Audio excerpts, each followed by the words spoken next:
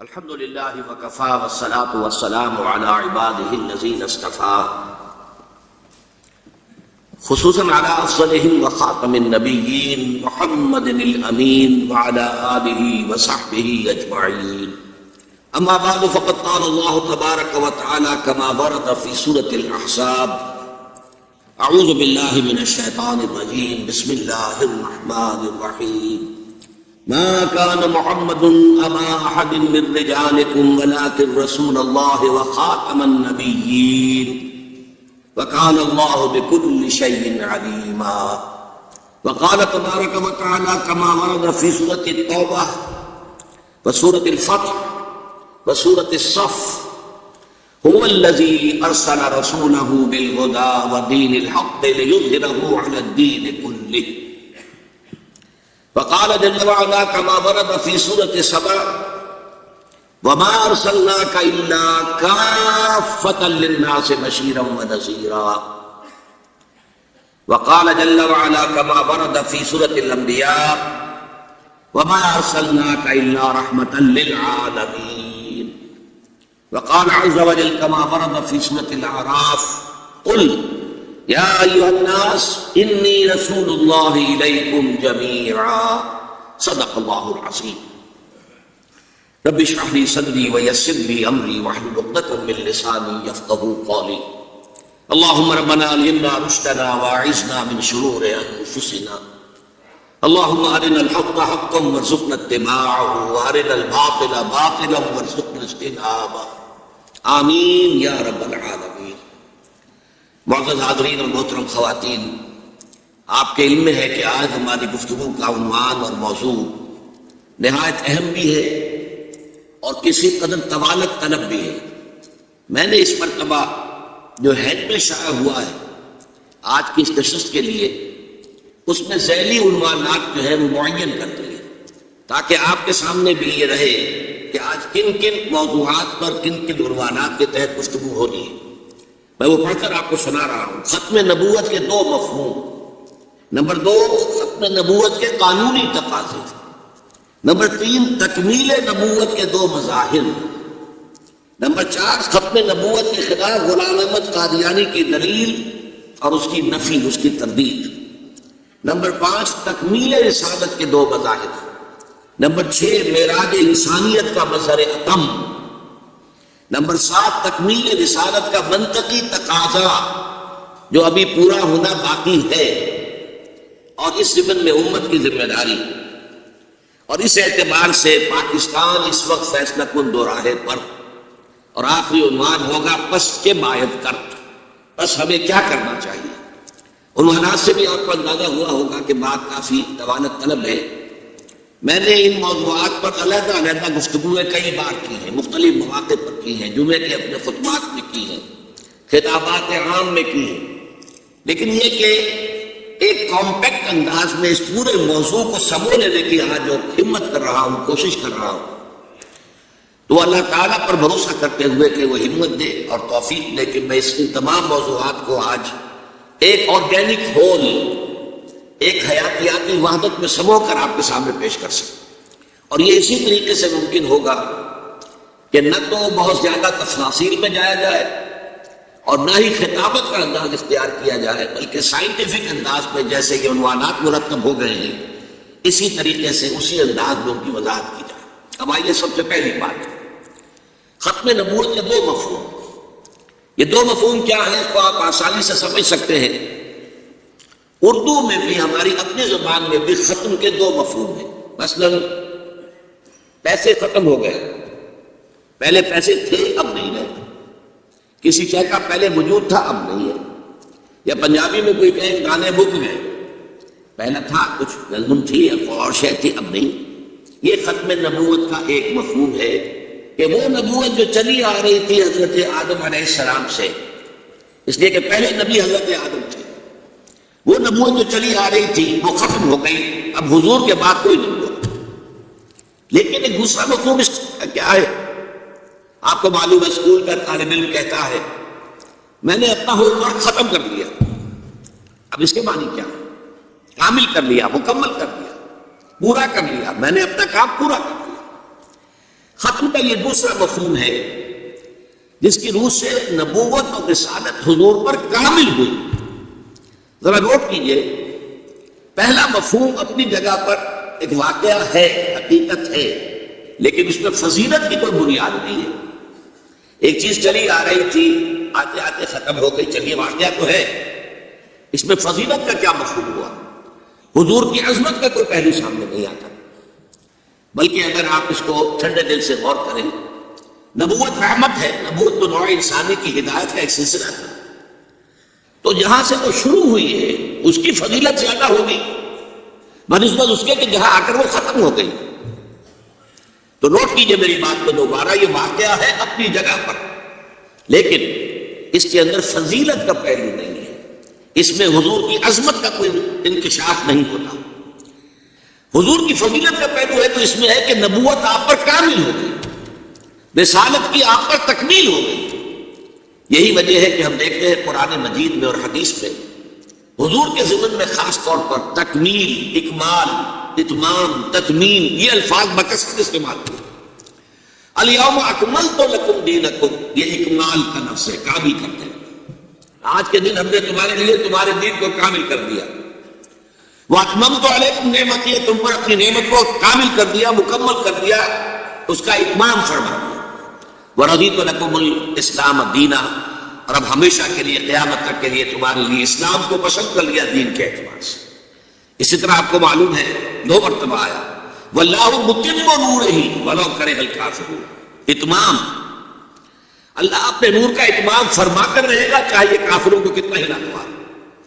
وَيَأْبَى اللَّهُ إِلَّا يُتِمَّ نُورَهُ، اللہ کو ہرگز منظور نہیں مگر یہ کہ وہ اپنے نور کا اتمام فرما کر رہے گا وَلَوْ كَرِهَ الْكَافِرُونَ، چاہے یہ کافروں کو کتنا ہی ناگوار. پہلی آیت سورہ صف کی تھی، دوسری آیت سورہ توبہ کی.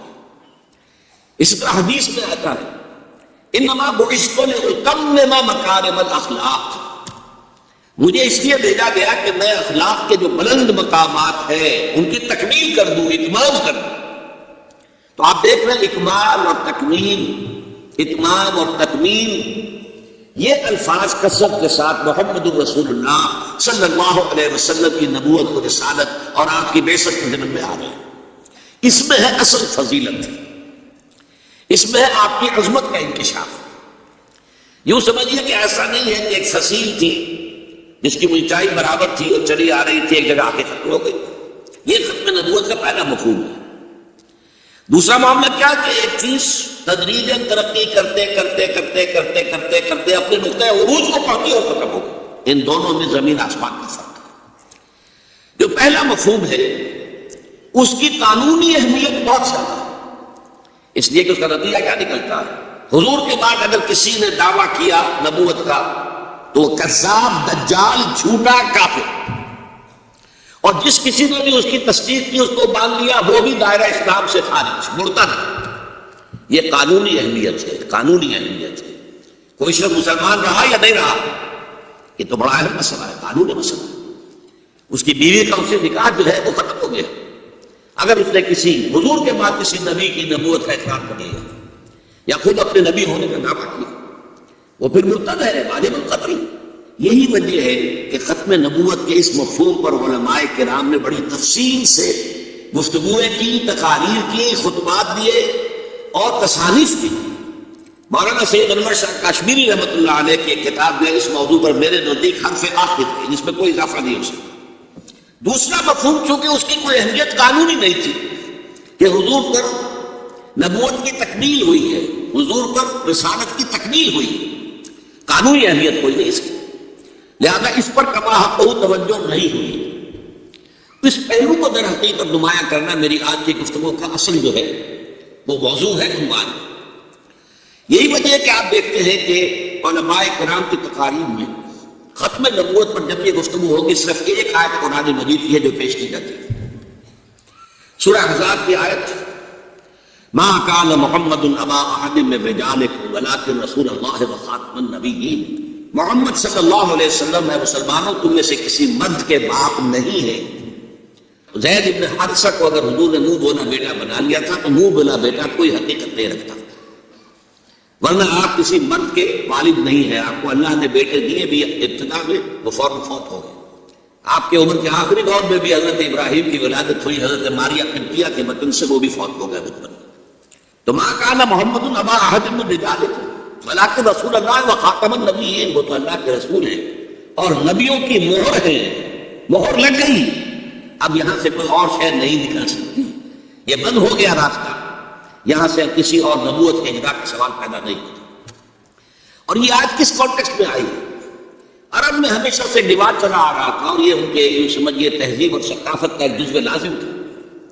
کسی کا اگر منہ بولا بیٹا ہے اور اس کا انتقال ہو گیا یا اس نے اپنی بیوی کو طلاق دے دی، تو منہ بولے بیٹے کی مطلقہ بیوی یا بیوہ، اس سے وہ شخص جو ہے باپ، وہ کبھی نکاح نہیں کر سکتا، وہ حرام مطلق۔ شریعت میں یہ نہیں ہے، شریعت میں سلمی بیٹے کی بیوی جو ہے وہ حرام مطلق ہے، وہ بیوہ ہو جائے، وہ مطلقہ ہو جائے، باپ شادی نہیں کر سکتا، ناممکن، محرمات ابدیہ میں سے۔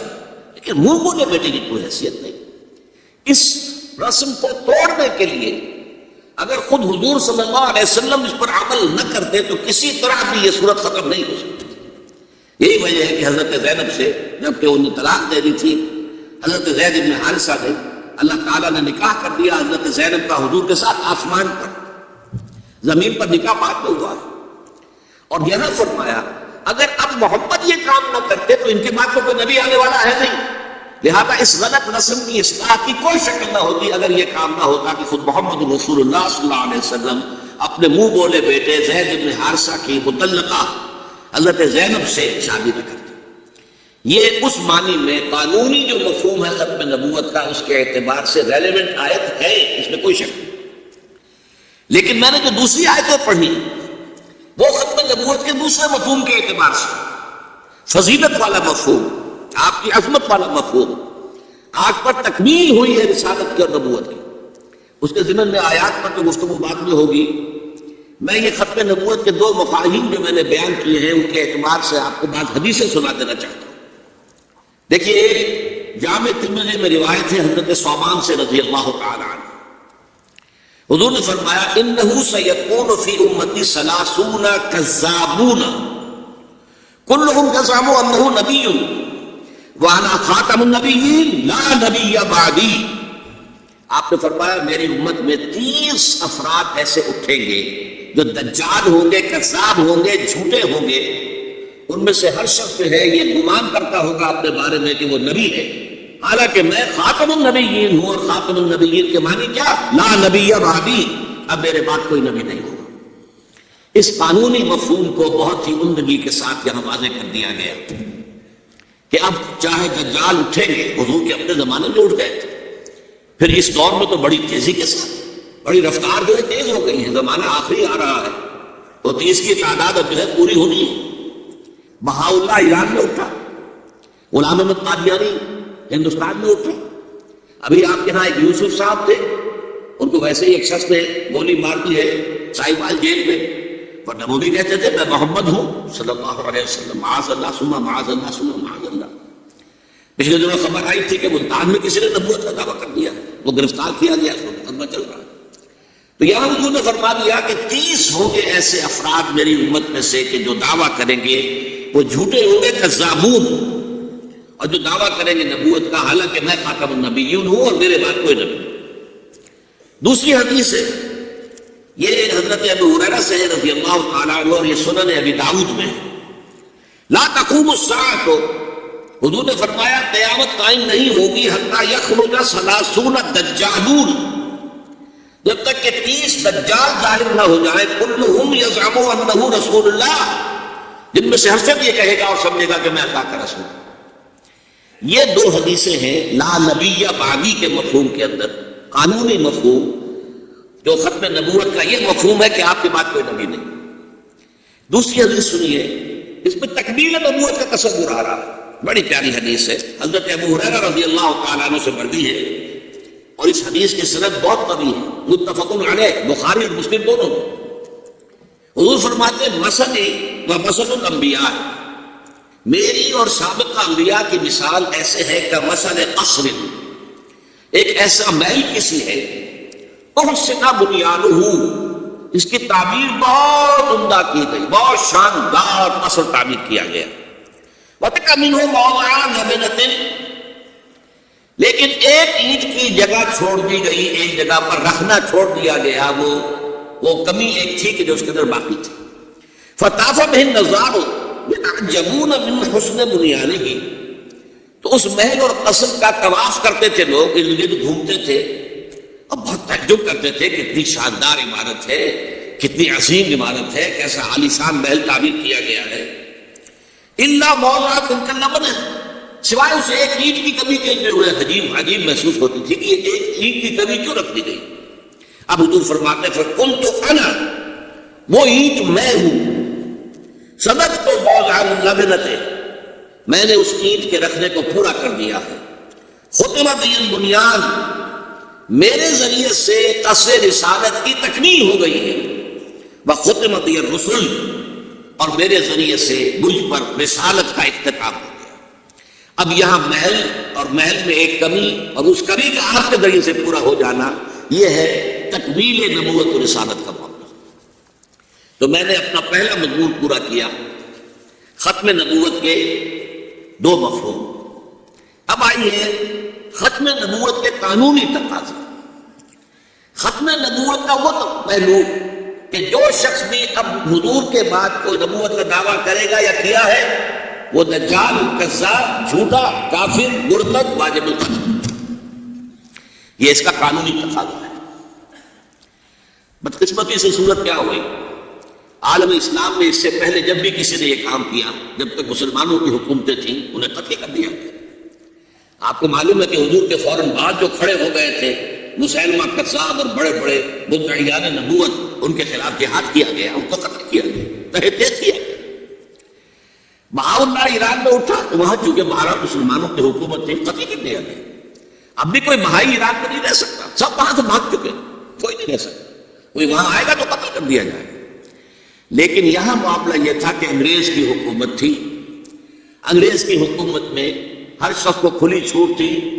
اکبر الہ آبادی رحمۃ اللہ علیہ نے بڑے خوبصورت الفاظ کے اندر وہ نقشہ کھینچا ہے، گورنمنٹ کی خیر یارو مناؤ، گلے میں جو آئے وہ تانے اڑاؤ، کہاں ایسی آزادیاں تھی میسر، انالحق کہو اور پھانسی نہ پاؤ۔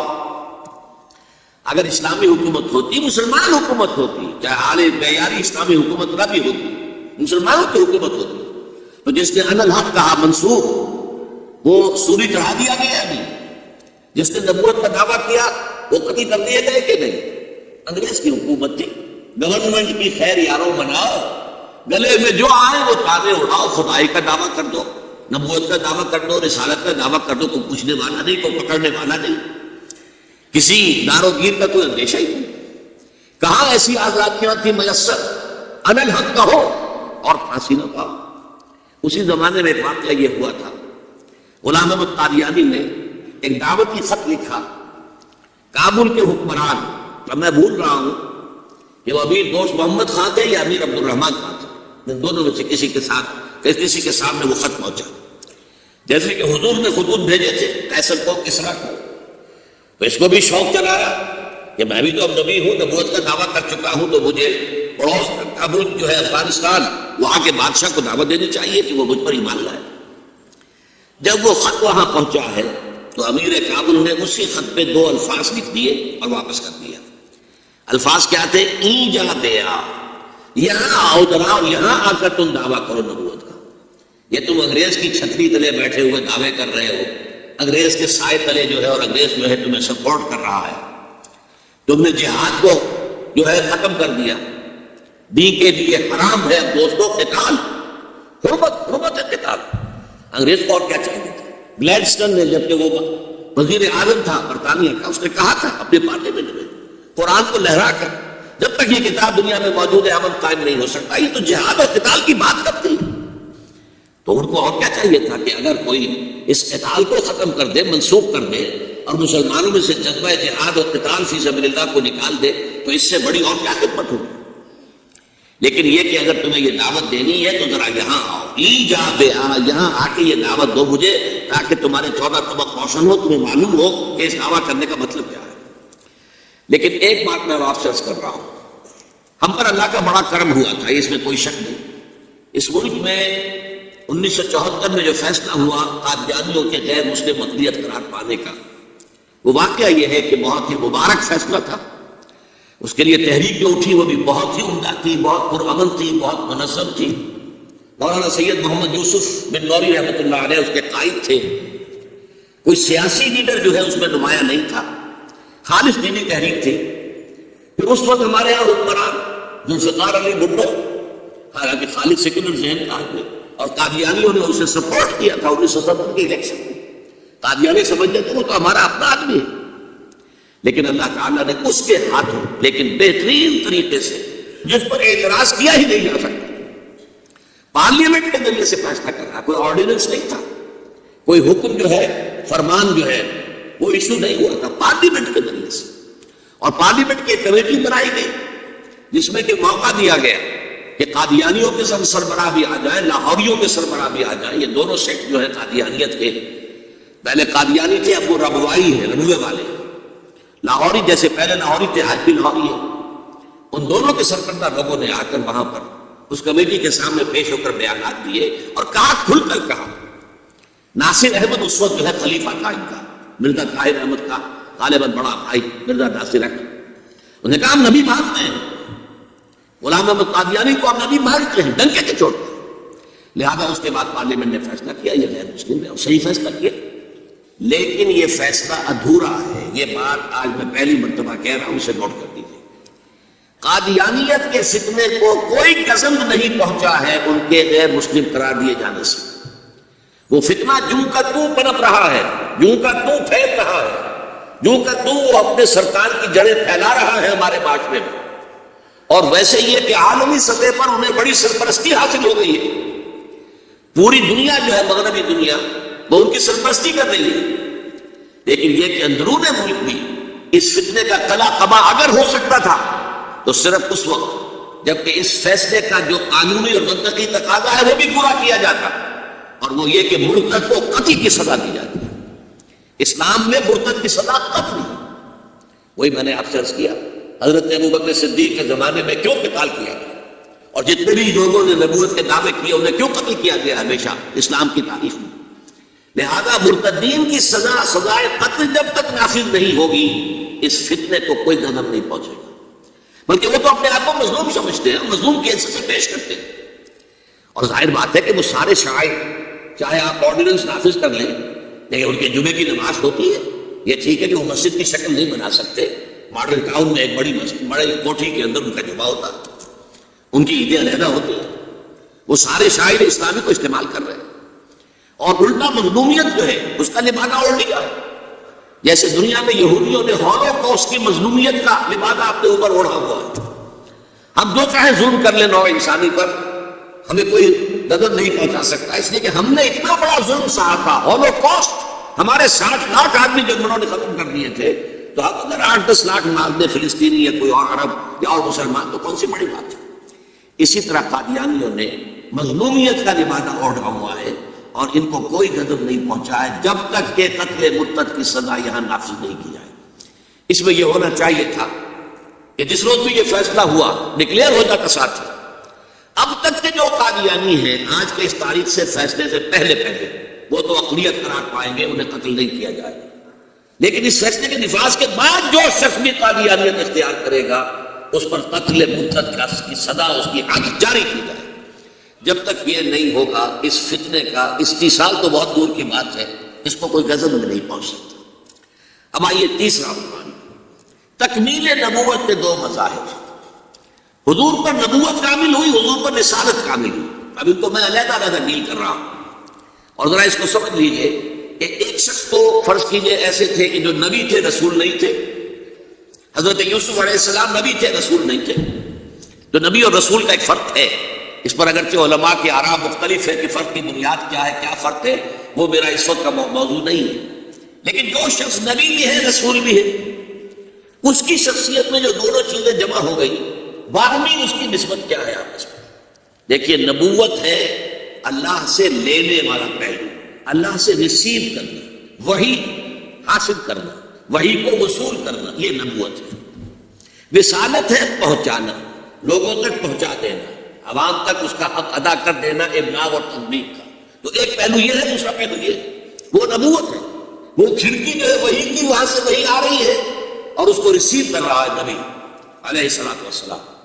اب اس کا کام ہے اسے پہنچاؤ، بلغ ما انزل الیک من ربک، اے نبی پہنچا دو جو کچھ بھی نازل کیا گیا ہے آپ پر آپ کے رب کی طرف سے، وَإِن لَمْ تَفْعَلْ فَمَا بَلَّغْتَ رِسَالَتَهُ، اور اگر آپ ایسا نہیں کریں گے تو پھر رسالت کا حق ادا نہیں ہوگا۔ تبلیغ، ابلاغ، اس کا حق ادا کرنا، یہ رسالت ہے۔ نبوت کی تکمیل کے مظاہر کیا ہے؟ دو ہے، اور اس کے لیے در حقیقت میرے نزدیک جو قرآن مجید کی آیت ہے ریلیونٹ، وہ 3 مرتبہ قرآن میں جو الفاظ آئے ہیں، سورہ توبہ میں، سورہ فتح میں اور سورہ صف میں، هو الذی ارسل رسولہ بالہدی ودین الحق لیظہرہ علی الدین کلہ، وہی ہے اللہ جس نے بھیجا اپنے رسول کو صلی اللہ علیہ وسلم 2 چیزیں دے کر، الہدا قرآن حکیم، the total guidance, the final guidance, ودین الحق، اور دین حق، 2 چیزیں دے کر بھیجا۔ واو درمیان میں جو ہے حرف عطف ہے، الہدا اور دین حق دے کر بھیجا۔ کس لیے بھیجا؟ لیظہرہ علی الدین کلہ، تاکہ غالب کر دے اسے تمام ادیان پر، تمام نظاموں پر، پورے کے پورے جنس دین پر۔ وَلَوْ کَرِہَ الْکَافِرُونَ 2 جگہ پر آیا، چاہے یہ کافر مشرک جو ہے وَلَوْ کَرِہَ الْمُشْرِكُونَ، چاہے مشرکوں کو کتنا ہی ناپسند، اور ایک جگہ آیا وَكَفَىٰ بِاللَّهِ شَهِيدًا، اللہ تعالیٰ کافی ہے بطور گواہ یا بطور مددگار۔ حضور کو 2 چیزیں دی گئی، الہدا قرآن حکیم اور دین حق۔ اب نوٹ کیجئے، یہ دونوں چیزیں ابتدا سے چلی آ رہی ہیں۔ آپ کو معلوم ہے حضرت آدم علیہ السلام کو جب زمین پر اترنے کا حکم دیا گیا تو ساتھ ہی سورہ بقرہ میں جو آیا ہے 4 رکوع میں، فَإِمَّا يَأْتِيَنَّكُم مِّنِّي هُدًى فَمَن تَبِعَ هُدَايَ فَلَا خَوْفٌ عَلَيْهِمْ وَلَا هُمْ يَحْزَنُونَ، جب تمہارے پاس میری جانب سے کوئی ہدایت آئے گی تو جو کوئی اس ہدایت کی پیروی کرے گا اس کے لیے نہ کوئی خوف ہوگا نہ حزن ہوگا۔ تو ہدایت کا سلسلہ آدم کے ساتھ شروع ہو گیا، لیکن جیسے جیسے بحیثیت مجموعی نوع انسانی کے شعور نے ترقی کی، ذہنی اور فکری سطح بلند ہوئی، ویسے ہی اس ہدایت کے اندر بھی ارتقا ہوتا چلا گیا۔ ظاہر بات ہے، کوئی بچہ جو ہے وہ پرائمری کا طالب علم ہے، آپ ٹیچر اس کے لیے پی ایچ ڈی رکھ دیجئے، لیکن وہ پی ایچ ڈی اسے کیا کرے گا؟ کیا وہ پی ایچ ڈی کی تعلیم دے گا یا ایم اے کا نصاب پڑھائے گا؟ نہیں پڑھا سکتا۔ اس کی وجہ کیا ہے کہ بچہ اپنا ابھی اس عہد طفولیت میں ہے کہ اس کے لیے ایک خاص حد سے آگے بات کا سمجھنا ممکن ہی نہیں۔ تو نوع انسانی جب تک عہد طفولیت میں تھی، ہدایت یا ہدایات آتی رہی، یہ کرو یہ نہ کرو، میں نے یہ لفظ بدل دیا، ہدایت کی بجائے ہدایات۔ کیوں؟ تورات کے بارے میں کمانڈمنٹس کا لفظ ہے، 10 کمانڈمنٹس، یہ ڈوز ہیں یہ ڈونٹس ہیں، یہ تمہیں کرنا ہے یہ نہیں کرنا ہے۔ یہ انٹرم پیریڈ کے لیے جب تک نوع انسانی شعور کے اعتبار سے، اپنے فلسفیانہ فکر کے اعتبار سے، اپنے ذہن اور شعور کی ارتقائی جو ہے منزل، وہ جب تک میچورٹی کو نہیں پہنچ جاتی تو اس انٹرم عرصے کے لیے ہدایات آ رہی ہیں، یہ کرو یہ کرو یہ کرو، یہ نہ کرو یہ نہ کرو یہ نہ کرو۔ لیکن جب نوع انسانی شعور کے اعتبار سے بلوغ کو پہنچ گئی، اب یہ مسئلہ ایسا ہے کہ جو ہسٹری اور فلسفی کے جو ماہرین ہیں وہ خوب اچھی طرح جانتے ہیں، انسان کا، نوع انسانی کا فلسافیکل جو کانشسنس ہے، فلسفیانہ شعور، وہ 1200 سال میں اپنی ترقی کی منزلیں طے کرتا ہوا اپنے بلوغ کی منزل کو پہنچا ہے۔ 600 BC سے شروع ہوتا ہے، 600 قبل مسیح، فلسفیانہ شعور کی بات کر رہا ہوں، اور 600 بعد مسیح پر ختم ہو گیا۔ 600 BC to 600 AD، یہ 1200 سال۔ سارے فلسفے انہی 1200 سالوں میں پیدا ہوئے۔ سقراط بھی انہی میں تھا، افلاطون بھی اسی میں تھا، اور ارسطوٹل جو ہے ارسطو بھی اسی دور میں پیدا ہوا، گوتم بدھ بھی اسی دور میں پیدا ہوا، مہاویر بھی پیدا ہوا، کنفیوشس بھی پیدا ہوا، تاؤ بھی پیدا ہوا، یہ سب کے سب پودے، یہ اس 1200 سال کے، اس 1200 سال کے دور میں انسان کا ذہنی، خاص طور پر فلسفیانہ شعور جو ہے وہ اپنی ارتقائی منزل، آخری میچورٹی کو پہنچ چکا ہے۔ اور یہ وجہ ہے، ایک مرتبہ یادش بخیر پروفیسر یوسف سلیم چشتی رحمہ اللہ، ان کا ذکر کر رہا ہوں، اب وہ فوت ہو گئے، اللہ تعالیٰ ان کی مغفرت فرمائے، درجات بلند کرے۔ جب میں پریکٹس کرتا تھا کرشن نگر میں تو شام کو میرے پاس آ کر بیٹھ جایا کرتے تھے، اور واقعہ ہے کہ پھلجھڑیاں ہوتی تھی جو ان کے منہ سے نکلتی تھی، معلومات فلسفیانہ، تاریخی، مذہبی مسائل، بہت سمجھیے خزانہ تھا۔ انہوں نے یہ کہا کہ عجیب بات ہے کہ 600 قبل مسیح سے 600 بعد مسیح تک جتنے مذہب پیدا ہونے تھے ہو چکے، جتنے فلسفے پیدا ہونے تھے ہو چکے، اس کے بعد کوئی نیا فلسفہ دنیا میں نہیں آیا۔ پرانی شراب ہے جو نئے لیبلز کے ساتھ بوتلوں میں پیش کی جا رہی ہے۔ ان کا ذہن ادھر نہیں گیا تھا، میرا ذہن فوراً منتقل ہوا کہ چشتی صاحب اس کا تو پھر براہ راست تعلق ختم نبوت کے ساتھ ہے۔ کہنے کہ کیوں؟ جب انسان جو کچھ سوچ سکتا تھا از خود سوچ چکا، 600 اگر عیسوی تک آپ سمجھتے ہیں کہ انسان کا فلسفیانہ شعور جو ہے وہ اپنی پختگی کو اور بلوغت کو پہنچ گیا تھا، تو 610 میں محمد الرسول اللہ پر وحی کا آغاز ہوا۔ اقرأ باسم ربک الذی خلق، خلق الانسان من علق، اقرأ وربک الاکرم الذی علم بالقلم، علم الانسان ما لم یعلم۔ اور شاید سیرت النبی کا یہ پہلو بہت کم لوگوں کی نگاہوں کے سامنے ہے۔ اس اقرا کی وحی کے آنے سے متصلاً قبل مدت کا ہمارے پاس تعین نہیں ہے، کئی مہینے یا کتنا لمبا عرصہ لگا ہے۔ حضور جو مراقبہ کرتے تھے غار حرا میں کیا کرتے تھے؟ کئی دن مقیم ہیں، دن رات وہیں ہیں۔ حضرت خدیجہ الکبریٰ رضی اللہ تعالی عنہا نے کچھ کھانے پینے کا سامان کر دیا ہے، بس بات چلے گئے ہیں، اور وہاں جو ہے قیام دن اور رات کئی دن کیا کرتے تھے؟ حدیث میں الفاظ آتے ہیں یتحنس فیہ، وہاں آپ عبادت کرتے تھے۔ لیکن پھر سوال پیدا ہوا کون سی عبادت؟ وہ یہودوں کے ہاں پیدا ہوتے تو یہودیوں والی عبادت کرتے، عیسائیوں کے ہاں پیدا ہوتے تو عیسائیوں والی عبادت کرتے۔ پیدا تو ہوئے مشرکین کے ہاں عرب کے اندر مکے میں، ظاہر بات ہے وہ عبادت کرنے کا سوال ہی نہیں، سلیم الفطرت انسان، آپ نے کبھی کسی بت کو سجدہ نہیں کیا تو کون سی عبادت کرتے تھے؟ تو شارحین حدیث نے اس کا حل نکالا ہے۔ کانا صفت و تعبدہ فی غار حرا التفکر والاعتبار، کہ حضور کی جو عبادت غار حرا میں تھی وہ غور و فکر، سوچ بچار۔ میرا دعویٰ یہ ہے پوری انسانی فلسفیانہ سوچ کے مراحل اللہ نے طے کرائے ہیں حضور کو صلی اللہ علیہ وسلم، اور اس کے بعد اقرأ باسم ربک الذی خلق، خلق الانسان من علق۔ یہ سارا مرحلہ جو تھا یہ اسی لیے تھا کہ حضور اپنی سوچ سے، غور و فکر سے، اپنی سلامتی طبع اور اپنی سلامتی فطرت کی رہنمائی میں، اب سلیم عقل کی رہنمائی میں غور و فکر کرے، تدبر کرے، تفکر و اعتبار، اور اس کے نتیجے میں پھر جہاں پہنچے وَوَجَدَكَ ضَالًّا فَهَدَىٰ، اے نبی ہم نے پایا آپ کو کہ آپ ہدایت کی تلاش میں سرگرداں ہیں، تو ہم نے پردے اٹھا دیے۔ آؤ اقرأ باسم ربک الذی خلق، خلق الانسان من علق، اقرأ وربک الاکرم الذی علم بالقلم، علم الانسان ما لم یعلم۔ اب یہاں نوٹ کیجئے جو نقطے کی بات ہے، دیکھیے ایک بہت اہم حقیقت تو نگاہوں کے سامنے نہ ہو تو اس کی کوئی حیثیت نہیں، اور نگاہوں کے سامنے آ جائے تو بڑی اہمیت کی حامل ہے۔ کیا تورات اللہ کی کتاب نہیں تھی؟ اس میں تحریف ہو گئی، کیوں ہو گئی؟ اگر اللہ نے ضمانت لی ہوتی کہ اس میں تحریف نہیں ہو سکتی تو کیا تحریف ہو سکتی تھی؟ کیا انجیل اللہ کی کتاب نہیں تھی؟ یقیناً تھی، تحریف ہو گئی، کیوں؟ اللہ نے اس کی حفاظت کا ذمہ نہیں لیا۔ اور اگر قرآن کی حفاظت کا ذمہ اللہ نہ لیتا تو کیا ہم چھوڑ دیتے تحریف کیے بغیر؟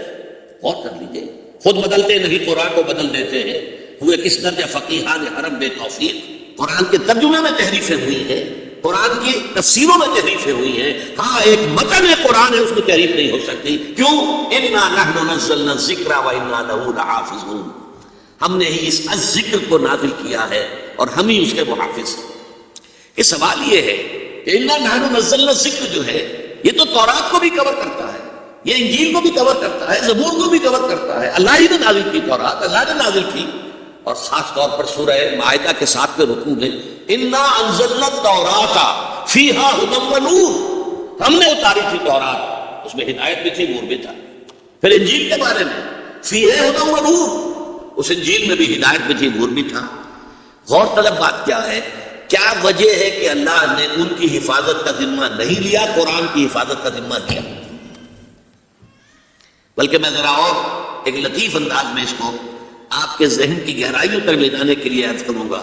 میں مثال دیا کرتا ہوں کہ ان کتابوں کو یہ حق حاصل ہے کہ اللہ سے شکوہ کرے کہ اے اللہ ہم بھی تیری کتابیں، قرآن بھی تیری کتاب، یہ ہمارے ساتھ سوتیلی بیٹیوں والا سلوک کیوں ہوا؟ قرآن کو تحفظ دیا؟ ہمیں نہیں دیا. کیا ہم تیری کتابیں نہیں؟ یقیناً ہے. اِنَّا أَنزَلْنَا التَّوْرَاةَ فِيهَا هُدًى وَنُورٌ وَآتَيْنَاهُ الْإِنْجِيلَ. حضرت عیسیٰ کو انجیل دی، فِيهَا هُدًى وَنُورٌ، اس میں ہدایت بھی تھی، نور بھی تھا. تو یہ ہم سے سوتیلی بیٹیوں والا سلوک کیوں ہوا؟ اس کی وجہ سمجھ لیجیے. جیسا کہ میں عرض کر چکا ہوں، ابھی ہدایت اپنے ارتقائی مراحل طے کر رہی تھی. ابھی اسے اپنے نقطۂ عروج اور نقطۂ کمال تک پہنچنا تھا. یہ انٹرم پیریڈ کی جو ہدایات آ رہی تھی درمیانی عرصے کے لیے، عبوری دور کے لیے، ان کو مستقل طور پر محفوظ کر دینے کی چندہ حاجت نہ تھی. جب وہ کامل ہدایت آ گئی، مکمل ہدایت آ گئی، ٹوٹل ہدایت آ گئی، نو انسانہ قیام آخری حامل رحمت للعالمین، ہدایت کی تکمیل ہو گئی. وہ ہدن نہیں رہا، اب الہدا ہو گیا، دی گائیڈنس. اب اس کی حفاظت کا ذمہ لیا گیا. یہاں ہے وہ نقطہ جس کو کہ آگے کہ میں نے لکھا ہے، اور میں چاہتا ہوں اس کو یہی بیان کر دوں. ایک قادیانی سے جب میں نے اس معاملے پر بحث کی ہے تو جو سورہ بقرہ میں آیا ہے فَبُہِتَ الَّذِي كَفَرَ، تو میری دلیل کے آگے وہ بالکل مبہوت ہو کر رہ گیا، دائیں بائیں بغلے جھانکنے کے سوا کچھ نہ رہا. دیکھیے غلام احمد قادیانی نے اپنے فتنے کا آغاز کہاں سے کیا تھا یہ سمجھ لیجیے. پہلے وہ ایک مناظر تھے، بہت اچھے مناظر. غلام احمد قادیانی تھا کہنا چاہیے، غلطی سے تھے کہ بیٹھا ہوں. آریہ سماجیوں سے مناظرے کیے، عیسائیوں سے مناظرے کیے، مناظروں میں فتح حاصل کی، مسلمانوں کی آنکھوں کا تارا بن گیا، محبوب ہو گیا. اس کے بعد اس نے ایک فتنہ چھوڑا، ایک شوشہ چھوڑا. نبوت اور وحی کو رحمت ہے. رحمت کیسے بند ہو سکتی ہے؟ وہی تو انسانوں کی ہدایت کے لیے ہے. انسان ختم نہیں ہوا، وہی کیسے ختم ہو جائے؟ دیکھیے بظاہر یہاں دلیل ہے، اٹ اپیئرز کنونسنگ، بات سمجھ میں آتی ہے. یہی سے یہ حل مل جائے گا آپ کو. کیا وجہ ہے کہ بڑے بڑے اعلیٰ تعلیم یافتہ لوگ جو ہیں اس کا شکار بن گئے. دنیا میں ایک ہی مسلمان نام کا سائنسدان جو ہے وہ آیا ہے ٹاپ پر، وہ قادیانی. ایک ہی مسلمانوں کا نام رکھنے والا جو ہے وہ international court of justice Hague کا جو ہے جج بنا ہے، وہ کون؟ قادیانی. ڈاکٹرز قادیانی، انجینئرز قادیانی، بڑے بڑے. یہ کیوں؟ یہ بات ایسی تھی کہ جو بظاہر دل کو اپیل کرتی ہے کہ جب حضرت آدم سے کہا تھا اما یاتینکم منی ھدی فمن تبع ھدای فلا خوف علیہم ولا هم یحزنون. انسانوں کی ہدایت کے لیے وحی کا راستہ کھولا گیا. ابھی انسان ختم نہیں ہوئے، وحی کا کیسے دروازہ بند ہو جائے گا؟ اجرائے وحی کا پہلے شوشہ چھوڑا، اور جب وحی جاری ہے تو نبوت جاری ہے، لہذا پھر آخر میں آ کے نبوت کا دعویٰ کر دیا. اس نے ایک مسئلہ اور استعمال کیا. یہ اصل میں چالاک اور ہوشیار لوگوں کے معاملات ہوتے ہیں. عوام الناس کی نفسیات کو متاثر کرنے کے لیے ایک اور شوشہ چھوڑا. دیکھو یہ کیسے ہو سکتا ہے؟ ہمارے نبی حضرت محمد صلی اللہ علیہ وسلم تو فوت بھی ہو گئے، دفن بھی ہو گئے، زیر زمین دفن ہے، اور عیسیٰ ابن مریم وہ آسمان پر اٹھا دیے گئے، وہ آسمان پر ہے. کیسے ہو سکتا ہے؟ اب عام مسلمان کے لیے اس میں بھی ایک اپیل ہے کہ اس میں تو گویا کہ ثابت ہوا کہ حضرت عیسیٰ ابن مریم جو ہے وہ افضل ہو گئے محمد صلی اللہ علیہ وسلم. یہ ہے وہ چیزیں کہ جن سے حالانکہ افضلیت کا اس سے کوئی تعلق نہیں.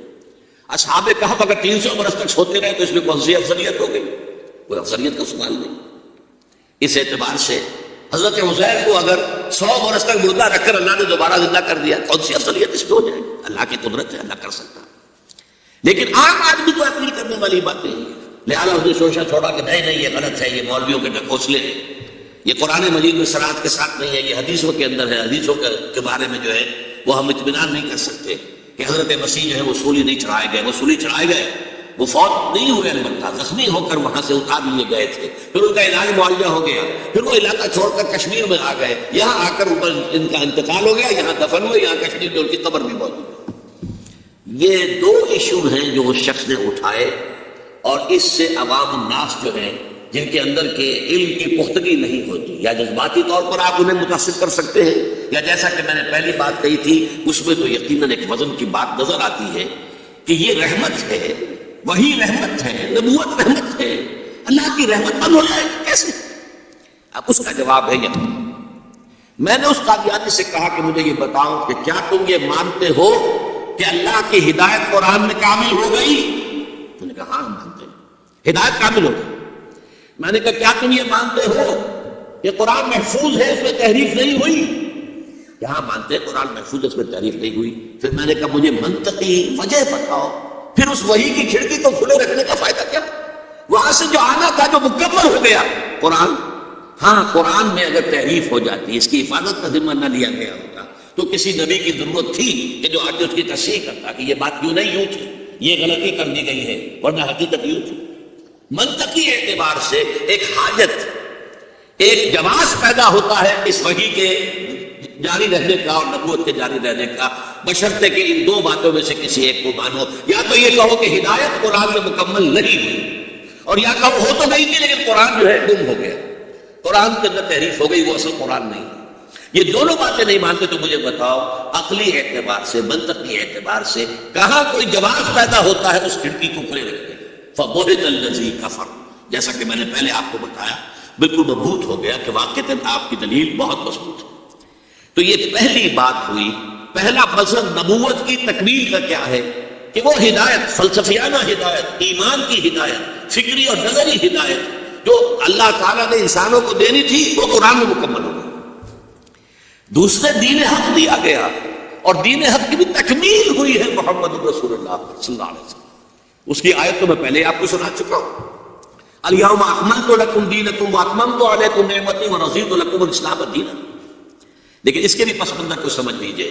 جیسے انسان کے ذہنی ارتقاء کے مراحل آئے ہیں، فلسفیانہ شعور میں ترقی ہوئی ہے، اور ہوتے ہوتے وہ اپنے بلوغ کو پہنچا، میچورٹی کو پہنچا، ایسے ہی انسان کے اندر تمدنی طور پر ارتقاء ہوا. ایک دور وہ تھا جب ہمارے آباء و اجداد غاروں میں رہتے تھے، کہیں کوئی اسٹریٹ لائٹ کا سوال نہیں، کہیں کوئی سڑکوں کو صاف کرنے کا سوال نہیں، کہیں کسی کارپوریشن کا میونسپلٹی کا سوال نہیں، کچھ بھی نہیں. انفرادیت ہی انفرادیت تھی. عام جو منار کفاؤ ہے سب پہ، میں اپنی غار کا میں مالک ہوں جو چاہوں گا، میرے اوپر کوئی قانون نہیں، کوئی خلقت نہیں. یہ نظام تھا. اجتماعیت تھی ہی نہیں تھی، انفرادیت تھی. پھر کیا ہوا؟ قبائلی نظام قائم ہوا. بھائی ہمارا قبیلہ ہے، قبیلے کا ایک سردار ہے، سردار کا حکم ماننا ہوگا. تم فلاں قبیلے کے ہو، اس قبیلے کی روایات یہ ہے تمہیں اس پر عمل کرنا ہوگا. اب جیسے جیسے اجتماعیت آنی شروع ہوئی، پابندیاں انفرادیت کے اوپر قدرنے لگنی شروع ہوئی. یہ نہیں کہ جو چاہو کرو، تمہارا تعلق اس قبیلے کے ساتھ ہے، اس کی یہ رسم ہے، اس کی یہ ریت ہے، اس کا یہ رواج ہے، تمہیں اس کو پورا کرنا ہوگا. اور تمہارا جو شیخ قبیلہ ہے، سردار، اس کا حکم ماننا. آگے چلیے، شہری ریاست میں وجود میں آئی. 2 3 4 قبیلے ایک شہر میں آ کے آباد ہو گئے. اب ہر قبیلہ تو اپنی جگہ پر ایک اجتماعی یونٹ ہے، اس کا سردار ہے، اس کا کہنا سب مانتے ہو. ان قبیلوں کے آپس کے معاملات کیسے طے ہوں گے؟ یہاں سے کانسٹیٹیوشن کا آغاز ہوا. کوئی اصول طے ہوتے تھے کہ ہمارے بین القبائلی معاملات جو ہے وہ ان اصولوں کے تحت طے ہوں گے. اب میں یہاں مثال دیتا چلوں. حضور کی بعثت کے وقت مکہ مکرمہ ایک قبیلے کا شہر تھا، صرف قریش وہاں رہتے تھے اور کوئی نہیں رہ سکتا تھا. یا قرشی رہے گا، یا قرشی کا غلام رہے گا، وہ کوئی بھی ہو، یا قرشی کا حلیف رہے گا. باہر سے کوئی آئے گا تو کسی مکے والے کا حلیف بن کر ٹھہر سکتا ہے، ورنہ نہیں ٹھہر سکتا. تو ون ٹرائب سوسائٹی قریش. لیکن مدینہ منورہ it was at a higher level of evolution, social evolution. 5 قبیلے آباد تھے. 2 تھے سنز آف دی سوئل، اصل عرب قبیلے، اوس اور خزرج. 3 تھے یہودی جو آ کر وہاں آباد ہو گئے، بنو قریظہ، بنو قینقاع، بنو نذیر. 5 قبیلوں کے آپس میں اب معاہدات تھے ان کے درمیان. اب عجیب بات آپ کو سنا رہا ہوں. اوس کا قبیلہ چھوٹا تھا، خزرج کا بڑا تھا. حضور نے بھی جب 12 ان میں نقیب مقرر کیے تھے تو 9 خزرج میں سے تھے، 3 اوس میں سے تھے. اوس کا قبیلہ چھوٹا تھا. ان کے درمیان طے تھا اگر اوسی قتل کر دے گا کسی خزرجی کو تو دیت جو ہے خوب 1/3 ہوگی، اور اگر اوسی خزرجی کو قتل کر دے گا تو 3 گنا دینی ہوگی، اور خزرجی اگر قتل کرتے اوسی کو تو وہ 1/3 ہوگی. اب آپ سنیے، یقیناً اوسی نوجوان کا خون کھولتا ہوگا کہ کیا میرے خون کی، میری جان کی قیمت اس خزرجی نوجوان سے 1/3 ہے. لیکن اگر مدینے میں رہنا ہے تو ماننا پڑے گا. یہ یہاں طے ہو چکا ہے. You have to abide by it. اب اس کی پابندی کرنی ہے. اچھا، اس سے اگلا قدم کیا تھا؟ جزیرہ نما عرب، جیسے آپ افغانوں کو دیکھتے ہیں نا کہ افغان کا چہرہ تھوڑا اور پگڑ بہت بڑا، ایسے ہی جزیرہ نما عرب جو ہے اس کے اوپر جو ہے یہ بہت بڑا ٹربن جو ہے، یہ عرب کا ایک اور علاقہ ہے، شام عرب، عراق عرب. یہ بھی عرب ہے، عراق عرب، شام عرب، اور ایک جزیرہ ہے، یہ جزیرہ نما ہے. جزیرہ نما کے اوپر عراق بھی ہے اور شام بھی ہے، اور اس جزیرہ نما کے اوپر دو عظیم مملکتیں قائم تھی، امپائرز، دی رومن امپائر قیصر، دی ایرانین امپائر کسرا. یہ تمدن کی آخری سٹیج تھی، جبکہ حکومتیں بن گئی، بادشاہت ہو گئی، محل بن گئے، اسٹینڈنگ آرمیز ہو گئی، لاکھوں کی تعداد میں فوجی ہیں، ٹیکس لگ رہے ہیں، دہقان جو ہے محنت کر رہا ہے اور اسے ٹیکس دیا جا رہا ہے، جاگیردار اپنا حصہ رکھ کر باقی بادشاہ کو پہنچاتا ہے، کرگے پر بیٹھا ہوا کوئی کپڑا بن رہا ہے، اسے ٹیکس دیا جا رہا ہے، ان کو پیسا جا رہا ہے ظلم کی چکی کے اندر، بادشاہ عیش کر رہے ہیں، اونچے اونچے محل بنا رہے ہیں. یہ زمانہ تھا جب کہ انسانیت کے اوپر پابندیاں ایسی لگی، انسان مجبور اور مقہور ہو کر رہ گیا. اس دور میں محمد رسول اللہ پیدا ہوئے صلی اللہ علیہ وسلم. اب تمہارا تمدنی ارتقاء اس انتہا کو پہنچ گیا. اب اجتماعیت جو ہے اس کا جو ہے دور دورہ ہے، انفرادیت پس گئی، اس کی آزادیاں ختم ہو گئی. بادشاہ کا نظام، آپ کو معلوم ہے رومن لیجنڈز وہ فوجی ہوتے تھے، ان کے غرق آہن، ذرا کوئی عوام میں بغاوت ہوتی تو کس طرح کچلتے تھے. ایرانی فوجی کس طریقے سے کچلتے تھے. اس وقت محمد الرسول اللہ آئے اور دین حق ایک نظام زندگی کو مکمل کر کے عطا کیا گیا. محمد الرسول اللہ ہر اعتبار سے مکمل، سوشل لیول پر یہ ہدایت ہے اور اکنامک لیول پر یہ ہدایت ہے اور سیاسی سطح پر یہ ہدایات ہے. ایک مکمل پولیٹیکو سوشو اکنامک سسٹم کی حیثیت سے دین کو کامل کر کے محمد کو عطا کر دیا گیا صلی اللہ علیہ وسلم. جو آیت میں آپ کو پہلے سنا چکا ہوں، الیوم اکملت لکم دینکم واتممت علیکم نعمتی ورضیت لکم الاسلام دینا. حالانکہ دین ہمیشہ سے ایک تھا، دین موسیٰ کا بھی یہی تھا، عیسیٰ کا بھی یہی تھا، ابراہیم کا بھی یہی تھا، نوح کا بھی یہی تھا. سورہ شورى میں فرمایا، آیت نمبر 13 ہے، شرع لکم من الدین ما وصى به نوحا والذی اوحینا الیک وما وصینا به ابراہیم وموسیٰ وعیسیٰ. سب کا دین ایک تھا، لیکن ابھی دین مکمل نہیں ہوا تھا. ابھی اجتماعیت جو ہے محدود تھی، ابھی انفرادیت کا بول بالا تھا، ابھی ایک نظام کا تصور نہیں تھا، ابھی کوئی پولیٹیکل سسٹم وجود میں نہیں آیا تھا، ابھی وہ اسٹینڈنگ آرمیز کے دور نہیں آئے تھے.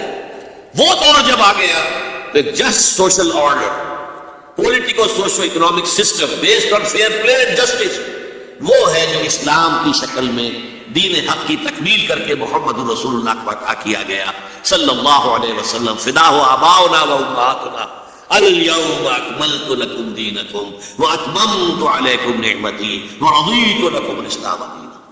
یہ دو مظاہر ہیں تکمیل نبوت کے، نوٹ کر لیجئے. نمبر 1، ہدایت ہدن سے بڑھ کر الہدا بن گئی، کامل مکمل ہدایت قرآن. نمبر 2، دین کامل ہو گیا، الیوم اکملت لکم دینکم. یہ دونوں چیزیں حضور پر اپنے نقطۂ عروج کو کمال کو پہنچ گئیں. یہ لینے والا حصہ جو ہے اللہ سے لینے والا وحی، اللہ سے لینے والا دین، یہ دونوں کی تکمیل ہو گئی محمد الرسول اللہ صلی اللہ علیہ وسلم. اگلا جو عنوان ہے وہ میں پہلے ڈیل کر چکا ہوں، ختم نبوت کے خلاف غلام احمد قادیانی کی دلیل اور اس کی تردید کہ وحی کیسے بند ہو سکتی ہے. یہ تو ہدایت کا ذریعہ ہے، نبوت کیسے ختم ہو سکتی ہے؟ نبوت تو رحمت ہے، اللہ کی رحمت اور وحی ہدایت کے لیے یہ کیسے بند ہو سکتی ہے؟ اور اگر وہ جاری ہے تو بس میں ہوں، میں دعویٰ کر رہا ہوں، مجھ پر وحی آ رہی ہے، میں اللہ کا نبی ہوں. اس کا جو میرا جواب تھا وہ آپ کے سامنے پہلے ہی عرض کر دیا ہے. اب آگے چلیے. تکمیل رسالت کے دو مظاہر، یہ نوٹ کیجیے، میں نے کہا تھا یہ ہے لینے والا، یہ ہے دینے والا حصہ. رسالت والا حصہ دینے والا، وہاں سے لینے والا نبوت، ہدایت مکمل، وحی کامل اور دین مکمل.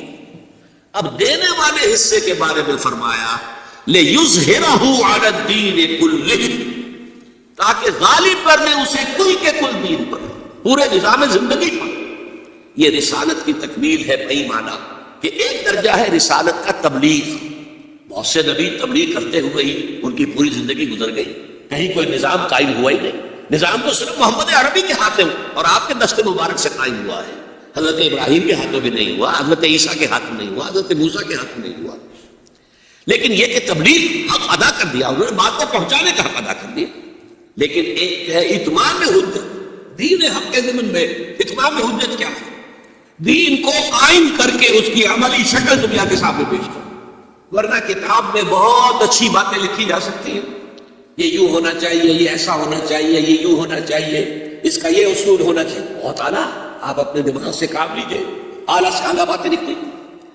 لیکن جب تک آپ اسے قائم کر کے اس کا نمونہ نہ دکھائیں، یہ ثابت نہ کریں کہ یہ پریکٹیکیبل ہے، یہ نافذ کیا جا سکتا ہے، اس وقت تک ظاہر بات ہے کہ وہ حجت جو ہے اپنے درجہ اتمام کو نہیں پہنچی۔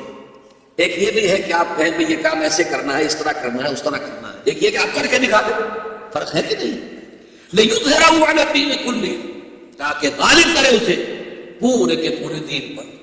اللہ کا دین ایک complete politico socio economic system کی حیثیت سے قائم۔ دیکھیے نوٹ کیجئے، میں نے پہلے بھی نام لیا تھا، سقراط کے بعد افلاطون، افلاطون کے بعد ارسطاٹل، ارسطو۔ افلاطون نے ایک کتاب لکھی تھی دی ریپبلک، اس نے نقشہ کھینچا، اس طرح ہونا چاہیے، یوں ہونا چاہیے، نظام ایسا ہونا چاہیے، حکومت ایسی ہونی چاہیے، فلاں معاملات ایسے ہونے چاہیے، اور وہ کتاب اتنی وزنی ہے ایک کتاب کی حیثیت سے، حضرت مسیح سے 300 برس پہلے کی شخصیت ہے، تو گویا کہ 2300 برس سے وہ کتاب دنیا میں موجودہ چلی آ رہی، کتاب ختم نہیں ہوئی، ورنہ لاکھوں کتابیں چھپتی ہیں، ختم ہو جاتی ہیں، نام و نشان نہیں رہتا۔ کتاب تو وہی باقی رہتی ہے جس کے اندر کوئی وزن ہو، جس میں کوئی ٹھوس مواد ہو۔ وہ ریپبلک آج بھی موجود ہے دنیا میں، لیکن جو نظام اس نے پیش کیا تھا ریپبلک میں، وہ کہیں ایک دن کے لیے بھی قائم نہیں ہوا، تو وہ حجت نہیں ہے۔ کہہ سکتے ہیں یوٹوپیا ہے، خیالی جنت ہے، خیالی جنت کا نقشہ کسی نے کھینچ دیا ہے، یہ ہونے والی بات نہیں ہے۔ بابا کیا کہہ رہے ہیں؟ اب میں مثال دے رہا ہوں بڑی سادہ سی، یہ بظاہر تو بہت اعلیٰ بات ہے، سید القوم خادم ہو، قوم کا سردار تو اس کا خادم ہوتا ہے۔ ہاں بھائی بڑی اچھی شاعری کی ہے آپ نے، لیکن یہ ہونے والی بات نہیں ہے، سردار سردار ہوتا ہے، خادم کیسے ہو؟ کیا محمد نے یہ کر کے نہیں دکھا دیا صلی اللہ علیہ وسلم؟ کیا خلیفہ وقت کی حیثیت سے حضرت عمر فاروق نے اپنے کندھے پر آٹے کی بوری لے کر اور وہ خاندان کو نہیں پہنچائی کہ جس کے بچے بھوک کی وجہ سے بھی ملا رہے تھے؟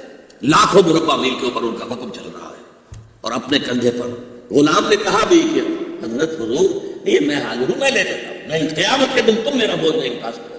ایک عورت کو رات کے وقت گشت کر رہے ہیں، اور عورت کو دیکھا درد ذہن میں مبتلا ہے، تو اسے اٹینڈ کرنے والا نہیں، کوئی عورت نہیں، کوئی نائی نہیں، گئے ہیں فرسٹ لیڈی اپنی بیوی کو لے کر گئے ہیں، اور اس بیوی نے جا کر حضرت عمر کی اہلیہ نے جا کر وہاں دایا گیری کی، سید القوم خادم ہو، کر کے دکھایا کہ نہیں؟ انسانی مساوات کا نقشہ پیش کر کے دکھایا کہ نہیں؟ کہ بیت المقدس کا سفر ہو رہا ہے، اور سرکاری سفر ہے، کوئی پرائیویٹ نہیں ہے، نجی سفر نہیں ہے، کوئی علاج معالجے کے لیے نہیں جا رہے معاذ اللہ، بلکہ خالص سرکاری سفر، بیت المقدس کا چارج لینے کے لیے جا رہے ہیں۔ کس شان کے ساتھ؟ صرف ایک اونٹ لیا، یہ نہیں کہ کوئی دستہ ہونا چاہیے، کوئی باڈی گارڈ ہونے چاہیے، کوئی جو سا کہ آج میں کہا جاتا ہے کہ کوئی باقاعدہ جو ہے ایک گروہ جو ہے ساتھ جانا چاہیے، انٹوراج جس کو کہا جاتا ہے آج کل، نہیں، ایک خلیفہ وقت ہے، ایک ان کے ملازم خادم۔ اور مساوات کی حد یہ ہے کہ چونکہ اسی پر راستے کا جو بھی راشن ہے وہ بھی اسی اونٹ پر ہے، لہذا ایک آدمی سوار ہو سکتا ہے، ایک وقت میں دو سوار نہیں ہو سکتے۔ ایک منزل حضرت عمر اوپر بیٹھے ہوئے ہیں، اور وہ خادم جو ہے وہ نکیل پکڑ کر چل رہا ہے آگے آگے، اگلی منزل میں خادم اوپر بیٹھا ہے اور خلیفہ وقت نکیل پکڑ کر چل رہے ہیں آگے۔ اور جب بیت المقدس میں پہنچے ہیں اور غلغلہ مچ گیا، وہاں آ گئے عمر، آ گئے عمر، آ گئے عمر، آ گئے۔ حضرت ابو عبیدہ بن الجراح رضی اللہ تعالی عنہ امین هذه الامہ، وہ وہاں کے سپہ سالار تھے اس فرنٹ کے، انہوں نے دیکھا عمر چلے آ رہے ہیں، اور وہ وقت آخری ایسا ہوا حساب کتاب سے کہ باری ہو گئی اس خادم کی، وہ اوپر بیٹھا ہوا، حالانکہ اس نے ہاتھ جوڑ دیے تھے خدا کے لیے، لوگ کیا کہیں گے آپ مان لیجیے، نہیں الدور دورک، نہیں باری تمہاری، یہ حساب کا معاملہ ہے، تمہاری باری ہے، تم بیٹھو۔ راستے میں کہیں کیچڑ بھی تھا، جوتے اپنے ہاتھ میں اٹھائے ہوئے، ایک ہاتھ میں جوتے اٹھائے، ایک میں وہ نکیل پکڑی ہوئی ہے، اونٹ کے چلے آ رہے ہیں عمر فاروق رضی اللہ تعالی۔ یہ کہانیاں معلوم ہوتی ہیں، انہونی باتیں معلوم ہوتی ہیں، لیکن چونکہ یہ پوری تاریخ ہے، یہ کوئی 5-6 ہزار سال پرانی بات نہیں ہے۔ 1400 برس کیا ہوتے ہیں انسانی تاریخ کے اندر، یہ تمام تاریخ میں محفوظ ہے، ایک ایک چیز محفوظ ہے۔ تو محمد رسول اللہ صلی اللہ علیہ وسلم پر رسالت کی تکمیل اس درجے میں یوں ہوئی کہ جو دین حق آپ پر کامل کیا ہو گیا، اسے آپ نے قائم کر کے نافذ کر کے دکھایا۔ یہ ہے در حقیقت تکمیل رسالت کا مظہر اول۔ نمبر 2، یہ بہت بڑی بات ہے، بہت بڑی بات ہے، اور سیرت کا یہ حصہ اکثر و بیشتر لوگوں کے سامنے نہیں ہے۔ ہمارے ہاں میلاد کی محفلیں ہوتی ہیں، سیرت کے جلسے ہوتے ہیں، حضور کے مناقب بیان کیے جاتے ہیں، حضور کی فضیلتیں بیان ہو رہی ہیں، آپ کے گیسوؤں کی بات ہو رہی ہے، اور باتیں ہو رہی ہیں، سایہ تھا نہیں تھا اس کی باتیں ہو رہی ہیں، حالانکہ وہ irrelevant ہے۔ سیرت، اصل سیرت کیا ہے؟ حضور نے اللہ کے دین کو قائم کرنے کی جدوجہد خالص ہیومن لیول پر کی ہے، ہیومن لیول پر۔ اس میں معجزات کا عمل نقل نہ ہونے کے برابر ہے۔ تکلیفیں جھیل کر، مصائب برداشت کر کے، فاقہ جھیل کر، زخم جھیل کر، اپنا خون زمین پر گرتا ہوا دیکھ کر، 259 اپنے جانثاروں کی لاشیں دیکھ کر، یہ مراحل طے کر کے یہ کام کیا ہے۔ ایسا نہیں ہوا دعا مانگی اور بیڑا پار ہو گیا، نہیں۔ 3 برس شیب بنی ہاشم کے اندر نظر بند گئے، اور طائف میں جو نقشہ ہوا ہے، رسوا سر بازارے آشوق ستم گارے، اس راہ میں جو سب پہ گزرتی ہے سو گزری، طلحہ پس زندہ کبھی رسوا سر بازار۔ طائف میں کیا ہوا؟ تینوں جو بڑے سردار تھے ان سے گفتگو کی ہے، انہوں نے تو ایسے جملے کہے چبھنے والے جو کلیجے کو چیرتے۔ اور پھر جب اسٹریٹ ارچنز جو ہوتے ہیں، آوارہ لوگ، آوارہ لڑکے، انہیں اشارہ کیا ذرا ان کی خبر لو، یہ نبی بنے پھرتے ہیں، نبوت کا دعویٰ کر رہے ہیں، ذرا خبر لو ان کی، اور وہ پتھراؤ کر۔ ساتھ صرف ایک ہے، حضرت زید ابن حارثہ، وہ سامنے سے آ کر روک بنتے ہیں، ڈھال بنتے ہیں، وہ پیچھے سے پتھر آ گئے، وہ پیچھے کی طرف سے جاتے ہیں تو آگے سے پتھر آ گئے، جسم نبو لوہان ہو گیا، جسم کا خون بہ کر جا کر جوتیوں میں جم گیا، غشی سی تاری ہوئی ہے، تھک کر بیٹھ گئے ہیں تو 2 گنڈے آئے ہیں، ایک نے اس بغل میں ہاتھ ڈالا، ایک نے اس بغل میں ہاتھ ڈالا، اٹھو جاؤ۔ یہ نقشہ ہے، محمد عربی ہیں، سید المرسلین، محبوب رب العالمین، سید الاولین والآخرین، اور یہ نقشہ ہے، یہ سیرت، یہ کوئی بیان نہیں کرتا، کوئی بیان نہیں کرتا۔ اس تکلیف کا جو نقشہ نکلا ہے کہ پھر جو حضور کے قلب کی گہرائیوں سے جو دعا نکلی ہے، واقعہ یہ ہے کہ کلیجہ شک ہوتا ہے اسے پڑھتے ہوئے۔ جب وہاں سے نکل کے باہر آ گئے ہیں اور ایک باغ میں تھوڑی سی دیر کے لیے سستانے کو ٹھہر گئے، وہاں آپ نے اب دعا کی ہے، مناجات کی ہے، اللہم الیک اشکو ضعف قوتی وقلت حیلتی وہوانی علی الناس۔ اے اللہ تیری جناب میں فریاد لے کر آیا ہوں اپنے وسائل اور طاقت کی کمی کا، اور لوگوں کے سامنے جو رسوائی ہو رہی ہے اس کا۔ کہاں جاؤ، کس سے فریاد؟ تیری ہی جناب میں فریاد لے کر آیا۔ الی من تکلنی، مجھے کس کے حوالے کر دیا؟ الی بعید یتجہبنی اور الی عدو ملکت امری، کیا دشمن کے حوالے مجھے کر دیا جو چاہے کر دوں گے؟ اندازہ کیجیے کہاں سے یہ الفاظ نکل گئے۔ لیکن پھر یہ فریاد جو ہے اس کا ٹرم کیا ہے؟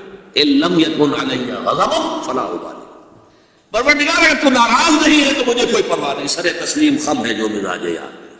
حضور کی 23 برس کی زندگی جو ہے وحی کے آغاز کے بعد سے دن رات کی مشقت اور میں جو نقطہ سمجھنے کا ہے کیا ہے، معجزات نہ ہونے کے برابر۔ حضور کا اصل معجزہ قرآن مجید ہے، اصل معجزہ وہ۔ قرآن کے پڑھنے والے جانتے ہیں کہ کفار قریش مکہ جو ہے وہ کہتے تھے معجزہ دکھاؤ، جیسے موسیٰ کو معجزہ ملے، جیسے عیسیٰ کو معجزے ملے۔ اللہ کا فیصلہ تھا کہ نہیں دکھائیں گے، ہمارا معجزہ قرآن ہے۔ ان معجزوں کو دیکھ کر کون ایمان لے آیا تھا؟ کیا فرعون نے مان لیا تھا؟ کیا یہودی حضرت عیسیٰ پر ایمان لے آئے تھے معجزے دیکھ کر؟ ان سے بڑے معجزے ممکن نہیں ہیں، حسی معجزے، آنکھوں سے دکھائے جانے والے معجزے تو اس سے بڑے ممکن نہیں ہیں۔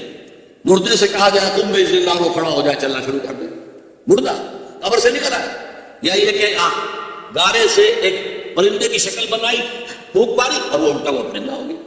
احیاء موتا اور تخلیق حیات، اس سے آگے کوئی شے ہے؟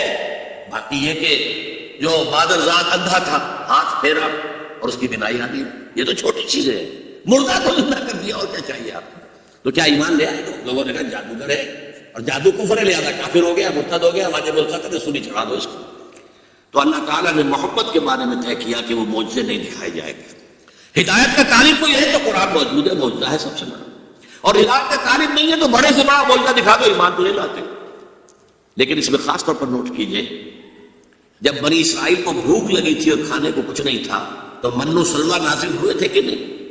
جیش العسرہ، سفر تبوک، بھوک کا یہ حال اور رسد کی کمی کا یہ حال کہ 3 مجاہدین کا 24 گھنٹے کا راشن ایک کھجور، پہلے ایک شخص نے منہ میں رکھا، چوس لیا، خود دے، پھر دوسرے کو دے دیا، اس نے چوس لیا، کچھ گلوکوز مل گئی، کچھ انرجی مل گئی، اللہ کا خیر صلی، پھر تیسرے کو دے دیا۔ 3 آدمیوں کے لیے 24 گھنٹے کا راشن ایک کھجور۔ کیا من و سلوہ نازل ہوا؟ بتائیے، یہ میں سوال بات نہ کروں گا۔ کیا وہ بنی اسرائیل والے جو ہے وہ اللہ کو زیادہ محبوب تھے محمد کی امتیوں سے؟ کیا موسیٰ زیادہ عزیز تھے محمد الرسول اللہ سے صلی اللہ علیہ وسلم؟ یہ سوال اپنی جگہ ہے، واقعہ اپنی جگہ۔ غزوہ خندق کے اندر لوگوں نے فاقوں کی وجہ سے کئی وقت کا فاقہ، کمر دوہری ہوئی جا رہی ہے تو کمر سے پتھر باندھ دیے ہیں، اپنی چادریں لے کر یہاں پتھر رکھا پیٹ کے اوپر اور چادر سے کس دیا تاکہ کمر ویسی نہیں ہو۔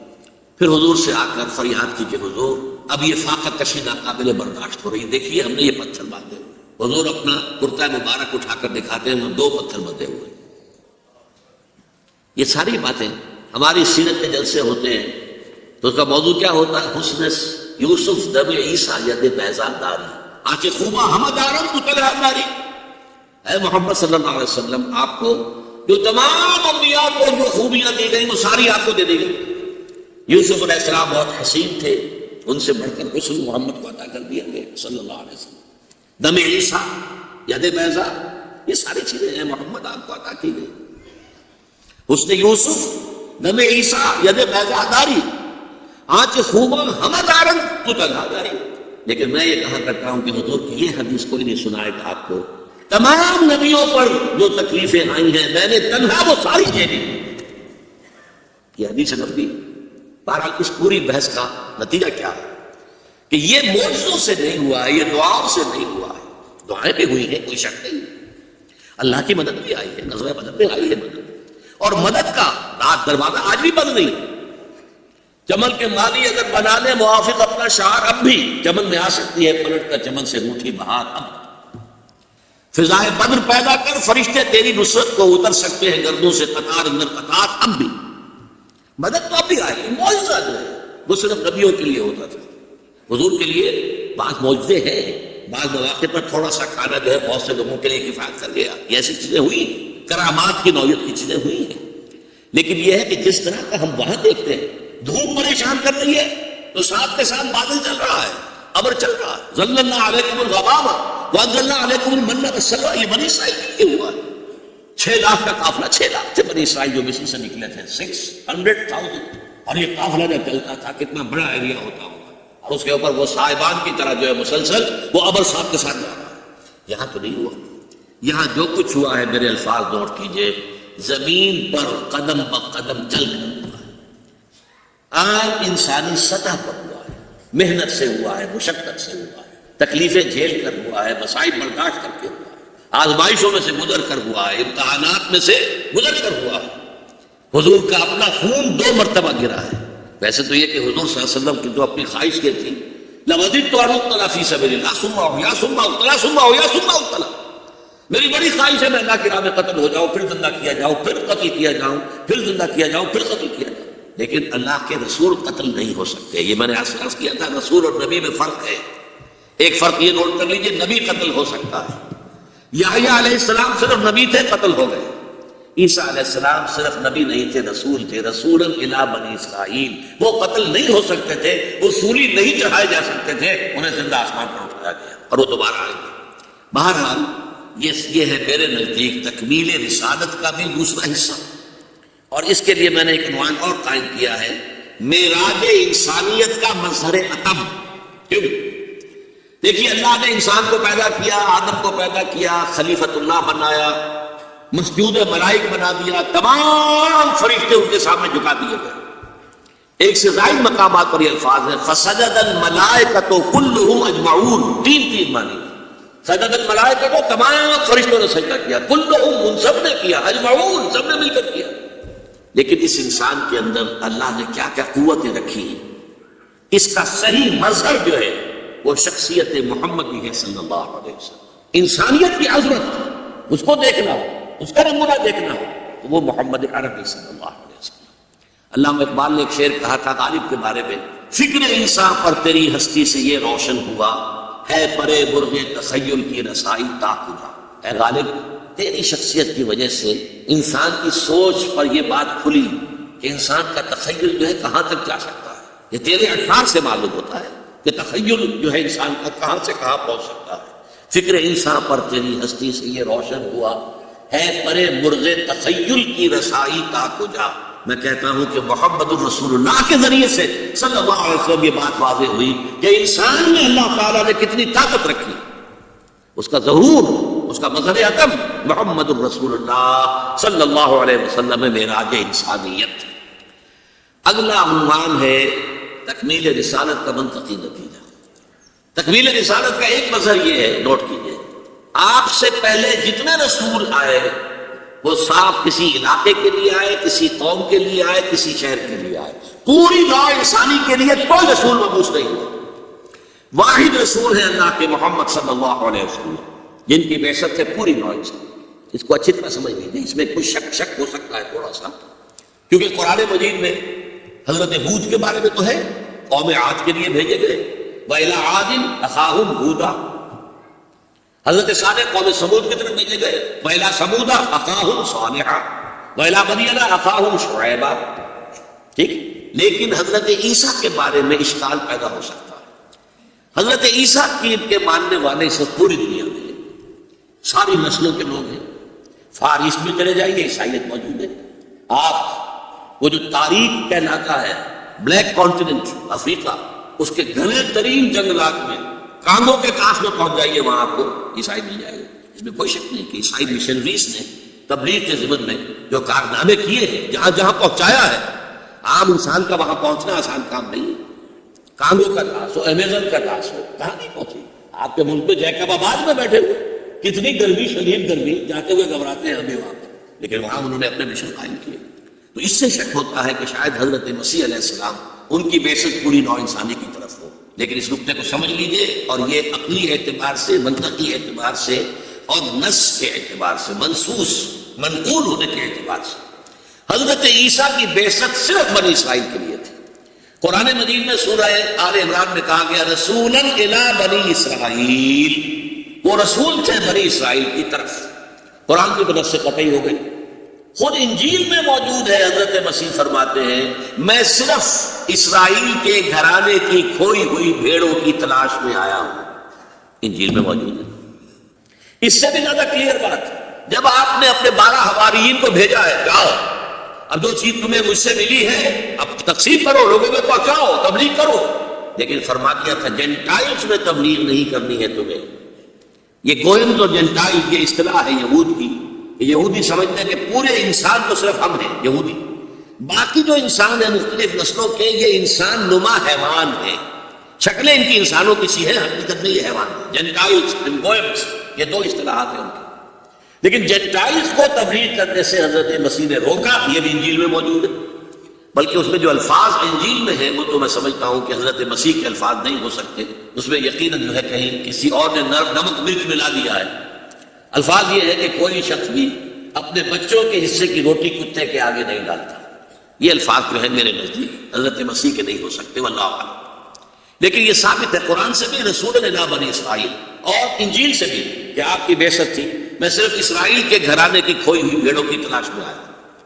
یہ اصل میں سینٹ پال تھا، جیسے ہمارے ہاں عبداللہ ابن سبا یہودی، اسلام کا شدید دشمن، لیکن پھر ایک موقع پر اسلام کا لبادہ اوڑھ کر آ گیا اور اس نے مسلمانوں کے اندر رکھنا پیدا کیا، بنو امیہ اور بنو ہاشم کی پرانی چپکلش کو زندہ کیا، اور کہا کہ وسیع جو ہے اللہ کے رسول کے وہ تو علی ہے، خلافت ان کا حق ہے، یہ عثمان جو بیٹھا یہ غاصب ہے، غاصب، اور ابو بکر بھی غاصب تھا اور عمر بھی غاصب تھا رضی اللہ تعالیٰ عنہ اجمعین، نقل کفر نہ باشد۔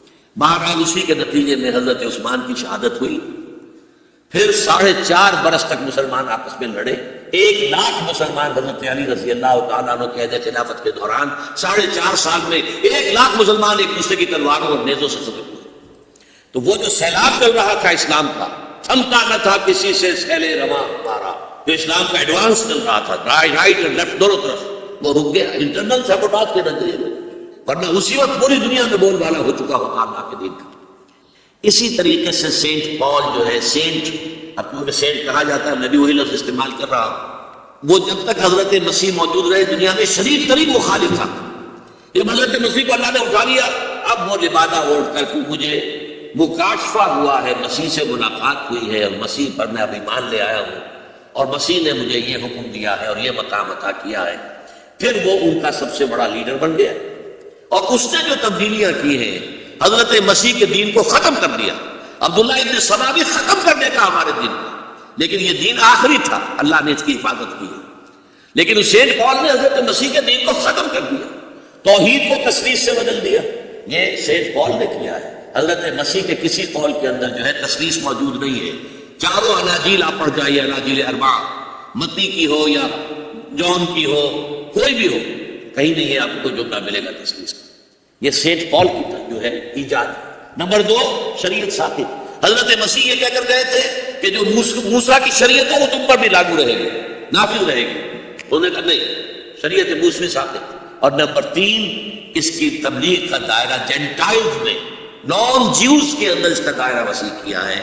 ورنہ ازرو قرآن، ازرو انجیل، حضرت مسیح کے اپنے قول کے مطابق حضرت مسیح کی بعثت بھی رسولا الی بنی اسرائیل تھی.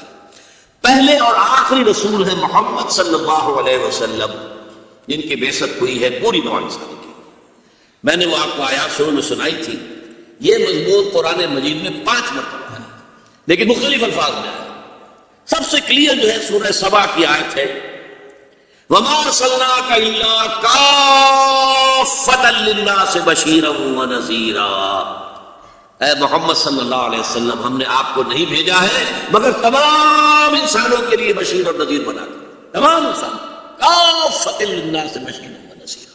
وَمَا أَرْسَلْنَاكَ إِلَّا رَحْمَةً لِلْعَالَمِينَ. آپ کسی ایک قوم، ایک علاقے کے لیے نہیں، تمام جہان داروں کے لیے رحمت بن کر آئے. نبوت ہمیشہ سے رحمت ہے، رسالت ہمیشہ سے رحمت ہے، لیکن آپ پر آ کر یہ رحمت للعالمین بن گئی ہے، تمام جہانوں کے لیے. یہ تکمیل رسالت کا ایک مذہب ہے.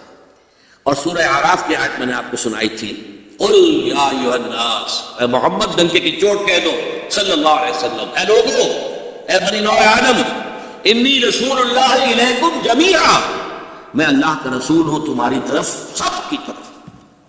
اب آ رہی ہے مقطع میں آپ پڑھی ہے سخن دسترانہ بات. ختم رسالت کا یہ پہلو، یہ مظہر تاحال تشنہ تکمیل ہے. سمجھ رہے میری بات؟ اللہ نے بھیجا محمد کو غلبہ دین کے لیے، لیظہرہ علی الدین کلہ، دین کو غالب کرنے تمام ادیان پر، اور بھیجا پوری نوع انسانی کے لیے. ان دونوں کو جوڑیے، صغرا کبریٰ ملا دیجیے تو بعثت محمدی کا مقصد، تکمیل رسالت کا آخری مرحلہ وہ ہوگا جبکہ کل نوع انسانی پر اللہ کا دین غالب ہوگا. جب تک یہ نہیں ہوتا، علامہ اقبال نے جواب شکوہ میں جو بات کہی بڑی پیاری ہے، وقت فرصت ہے کہاں، کام ابھی باقی ہے، نور توحید کا اتمام ابھی باقی ہے. یہ تو کام ابھی نہیں ہوا، پوری نوع انسانی تک تو دین نہیں پہنچا، پوری نوع انسانیت پر اللہ کے دین کا غلبہ نہیں ہوا. لیکن نوٹ کر دیجئے، یہ ہو کر رہنا ہے. حضور نے خبریں دی ہیں اپنے زمانے سے لے کر تا قیام قیامت. 5 ادوار. پہلا دور، دور نبوت. دوسرا خلافت علی منہاج النبوت، خلافت راشدہ. تیسرا دور ظالمانہ ملوکیت.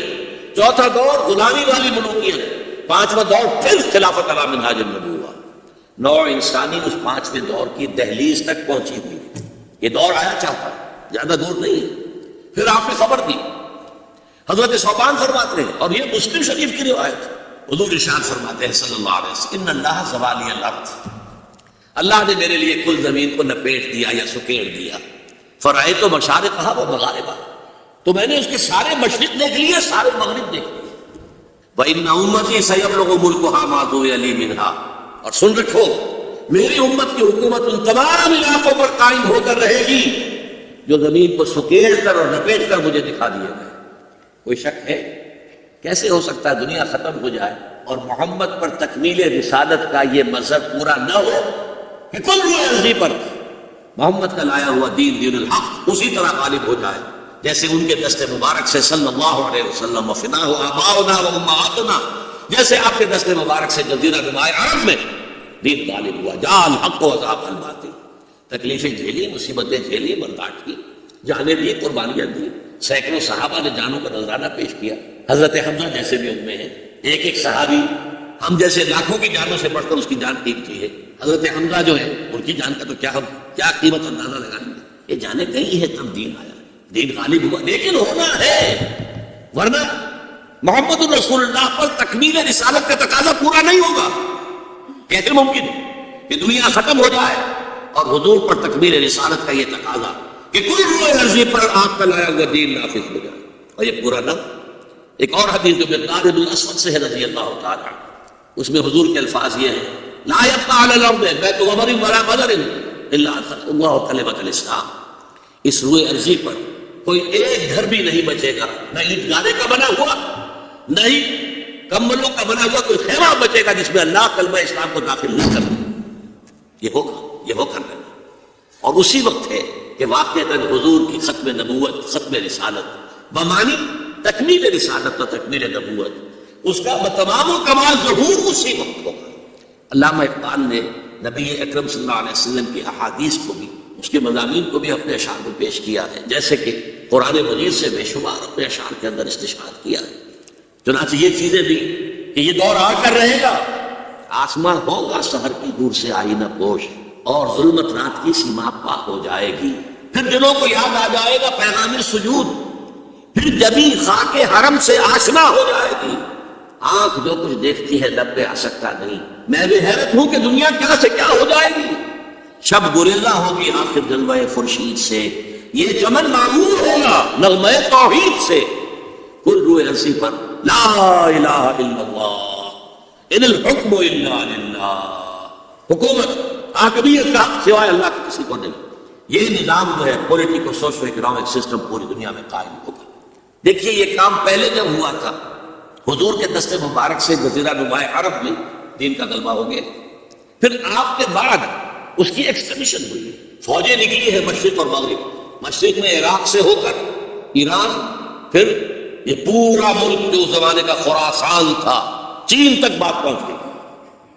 مغرب میں شام، اور شام سے ہو کر سنائی پیننسولا سے مصر اور لیبیا، ہوتے ہوتے ہوتے ہوتے اٹلانٹک اوشن تک بات پہنچ گئی. کہاں سے کہاں تک، آج کجا کعب کجا. وہ تو جیسا کہ میں نے عرض کیا، فتنہ جو تھا سبائی فتنہ، اس نے انٹرنل سیبوٹاج کیا، آپس میں بڑھا دیا مسلمانوں کو. قوت ٹوٹ گئی. جیسے کہیں اونچائی پر ٹرک چڑھ رہا ہو اور کہیں موشن ٹوٹ جائے، تو موشن ٹوٹنے کے بعد جو ہے وہ ڈرائیور گھبراتا، یہ موشن ٹوٹ گیا، تھمتا نہ تھا کسی سے سیر رواں ہمارا، وہ سیر رواں ہمارا تھم گیا، ریورسل شروع ہو گیا. اب بھی یہی ہوگا، کسی ایک خطے میں اللہ کا وہ نظام خلافت علی منہاج النبوت قائم ہوگا. جہاں تو اس بات کا تعلق ہے کہ ایسا ہونا ہے، یہ یقینی ہے، اس میں کسی شک و شبہ کی گنجائش ہے ہی. کب ہوگا یہ ہم نہیں کہہ سکتے، کتنی قربانیاں دے کر ہوگا یہ ہم نہیں کہہ سکتے، ابھی کتنے اپس اینڈ ڈاؤن آ جائیں گے یہ ہم نہیں کہہ سکتے.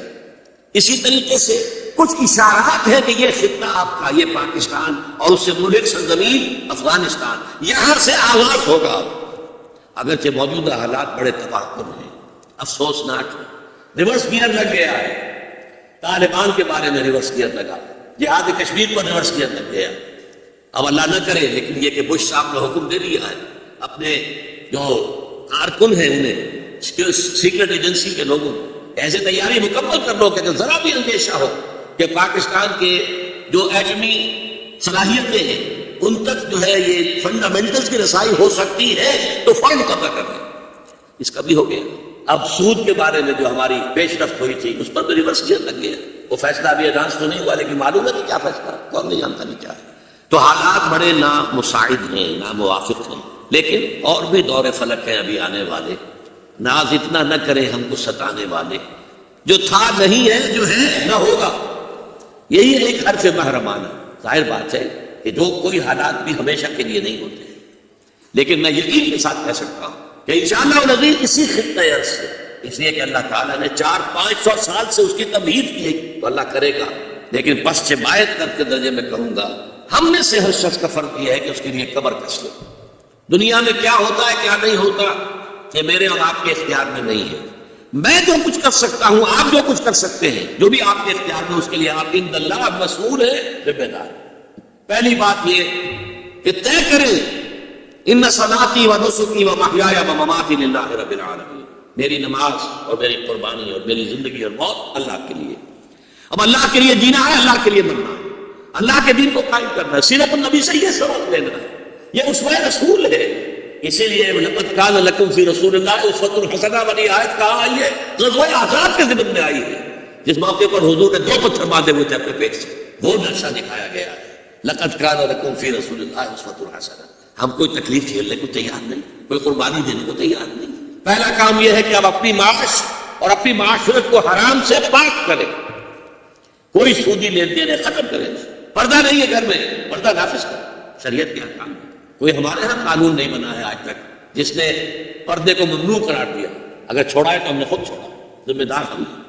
کوئی قانون ایسا نہیں بنا کہ بینک سے لازماً سود کے اوپر قرضہ لے کر اپنی دکان زیادہ چمکاؤ، کاروبار زیادہ بڑھاؤ، کوئی قانون نہیں، جو کرتا ہے خود کرتا ہے، ذمہ دار ہم ہیں۔ اسی لیے ہمارے اوپر اعمالکم اموالکم، حضور نے فرمایا تمہارے اپنے عمل تمہارے اوپر حکمران ہو جاتے ہیں، کما تکونون کذالک یؤمر علیکم، جیسے تم خود ہو گے ویسے ہی تم پر حاکم مسلط کر دیے جائیں گے۔ تو پہلا کام ہے انفرادی توبہ، خود طے کرے جینا مرنا اللہ کے لیے، اور سب سے پہلے اپنی زندگی میں اسلام کو نافذ کرے۔ پھر نمبر 3، اب تلاش کرے کوئی قافلہ، کوئی جماعت جو دین کو قائم کرنے کے لیے اور صحیح طریقہ پر قائم کرنے کے لیے جد و جہد کر رہی ہے، اس میں شامل ہو۔ علیکم بالجماعہ، حضور نے فرمایا تم پر لازم ہے جماعت کی شکل اختیار کرنا۔ انی آمرکم بخمس اللہ امرنی بہن، مسلمانوں میں تمہیں 5 باتوں کا حکم دے کر جا رہا ہوں، اور یہ اللہ نے مجھے حکم دیا ہے، اپنے طور پر نہیں دے رہا۔ بالجماعت والسمع والطاعت والہجرت والجہاد فی سبیل اللہ، یہ حدیثیں آپ کو نہیں سنائی گئی۔ 5 باتوں کا حکم دے رہا ہوں، جماعت کی شکل ہو، اور جماعت کی سب و طاعت والی، لسن میں ڈسپلن جماعت، وہ ہجرت بھی کرے گی، جہاد بھی کرے گی۔ تلاش کیجیے، خود تلاش کریں، اس کا مطالعہ کریں، دیکھیں، اس میں میں صرف آپ کی مدد کر سکتا ہوں۔ 4 چیزیں ہیں جو دیکھنی چاہیے۔ اس جماعت کا ڈکلیئرڈ گول ہونا چاہیے اقامت الدین، دین کو قائم کرنا، دین کو غالب کرنا، لیظہرہ علی الدین کلہ، جس کے لیے محمد بھیجے گئے صلی اللہ علیہ وسلم، اس کی تکمیل کرنا، نتھنگ شارٹ آف دیٹ۔ ورنہ کام تو اور بھی بہت اچھے ہیں، تعلیم کا، تدریس کا، تبلیغ کا، خلق خدا کی خدمت کا، بڑے اچھے اچھے کام، لیکن نہیں، ڈکلیئرڈ گول ہونا چاہیے اللہ کے دین کو نافذ کرنا ہے، قائم کرنا۔ نمبر 2، اس کا ڈسپلن مضبوط ہونا چاہیے۔ نمبر 3، ان سے پوچھئے طریقہ کار کیا ہے آپ کے سامنے، وہ طریقہ کار اسوہ رسول سے اخذ کیا جانا چاہیے، لقد کان لکم فی رسول اللہ اسوۃ حسنہ۔ اور نمبر 4 یہ کہ اس کی قیادت کے قریب جا کر سونگھیے کہ خلوص کی خوشبو آتی ہے یا نہیں آتی۔ کہیں ایسا تو نہیں محسوس ہوتا کہ ہے تو باتیں تو اچھی ہیں لیکن دھندا ہے، یہ دنیا کمانے کا ذریعہ بنایا ہوا ہے۔ 4 چیزیں اگر کہیں پر کسی درجے میں بھی پوری ہو جائیں، آپ پر لازم ہے اس جماعت میں شریک ہونا، اور اس جماعت میں شریک ہو کر اور پھر دین کے غلبے کی جد و جہد کرنا۔ 10 جماعتیں ہوں، 20 جماعتیں، کوئی پرواہ نہیں۔ ایک جماعت صرف نبی کی ہوا کرتی تھی، نبی کی جماعت کے اندر جو شامل نہیں وہ کافر، نبی کی جماعت میں جو چھوڑ دیا وہ مرتد۔ لیکن یہاں نہیں ہے معاملہ، اب کوئی نبی نہیں ہے، اب تو در حقیقت آپ کی جماعت ہے، کسی اور کی جماعت ہے، کسی اور کی جماعت، آپ دیکھیے جو آپ کو پسند آئے، جو دل کو لگے، کام کرنا ہے دین کا، قافلے بے شمار ہو، کوئی حرج نہیں، لیکن کوئی شخص بھی اس جد و جہد سے بالکل علیحدہ نہ رہ جائے، بری نہ رہ جائے۔ یہ ہے میرا پیغام، سیرت النبی علیہ صاحب الصلاۃ والسلام کا کنکلوڈنگ جو پیغام ہے میرے لیے، آپ کے لیے، امتیوں کے لیے۔ پس چہ باید کرنا کیا چاہیے، وہ میں نے 3 نکات میں آپ کے سامنے رکھ دیا۔ پہلے طے کرے ان صلاتی و نسکی و محیای و مماتی للہ رب العالمین، پھر اپنی معاش اور معاشرت میں سے غیر اسلامی چیزیں، حرام چیزیں نکال کے پاک کریں اپنی معاشرت کو اور معیشت کو۔ پھر یہ کہ کسی جماعت کے ساتھ منسلک ہو کر اور ایک جماعت کی شکل میں منظم ہو کر جد و جہد کرے کہ یہاں پہ اسلامی انقلاب آئے۔ اب ظاہر بات ہے کہ اس کے لیے حضور کا طریقہ کیا ہے اس کو بیان کرنے کا یہ موقع نہیں ہے۔